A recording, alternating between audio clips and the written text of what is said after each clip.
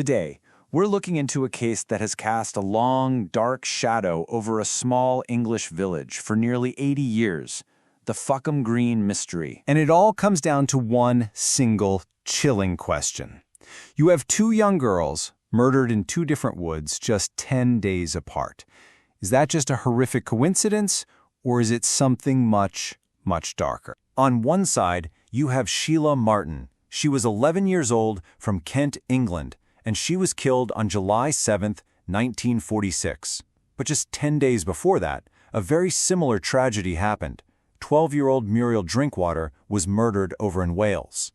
Right from the start, these parallels were deeply unsettling, and they're really the foundation of this whole mystery. To really understand what's going on here, we have to start with the case that gives this mystery its name. So let's talk about the girl from Fawkham Green and the grief that just completely swallowed her small community. Okay, so picture this. It's July 7th, 1946. A pretty ordinary Sunday afternoon right after the war.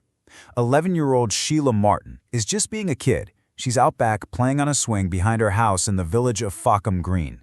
And that was the last time anyone saw her alive. As the afternoon turned into evening, her family's worry turned into outright panic.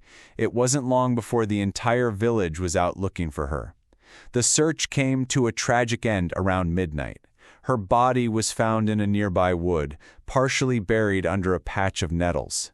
And the detail that is just unbelievably cruel, she'd been strangled with the ribbons from her own hair. The coroner, at the time, didn't pull any punches. He called it a diabolical assault. And that phrase, it really captures not just how brutal the crime was, but the shockwave of horror that went through Kent and really the whole country. But here's where the story gets even stranger. As investigators started their work, they couldn't shake this unsettling echo of another tragedy, one that had just happened, hundreds of miles away. This is what investigators call a chilling parallel. It's more than just a coincidence. It's when two different events are so disturbingly and statistically unlikely in their similarities that you just can't shake the feeling that they have to be connected. And that is exactly what the police were staring down. And this was the parallel. Just 10 days before Sheila Martin was killed, 250 miles away in Wales, 12-year-old Muriel Drinkwater was also attacked and murdered in a woodland.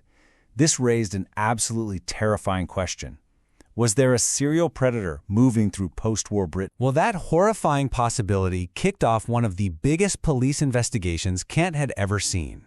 The search for a killer was on, but it would turn into a long and totally fruitless hunt. The police had a singular focus.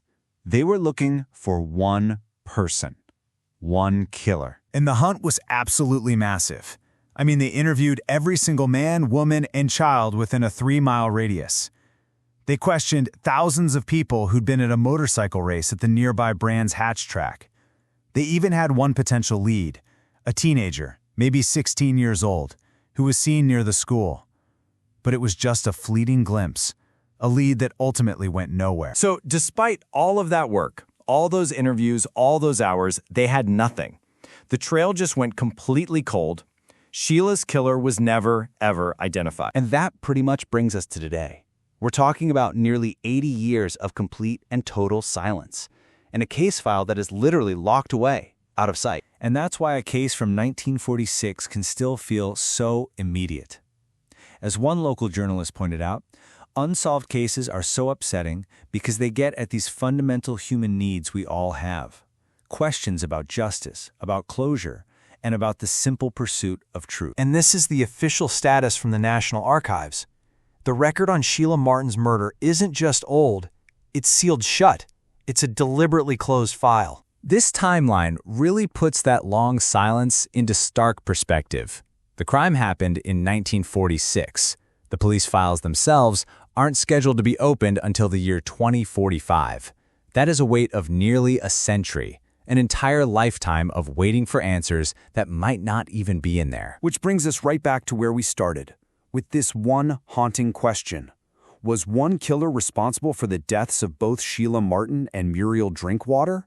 Or was it all just a dark, statistically impossible coincidence?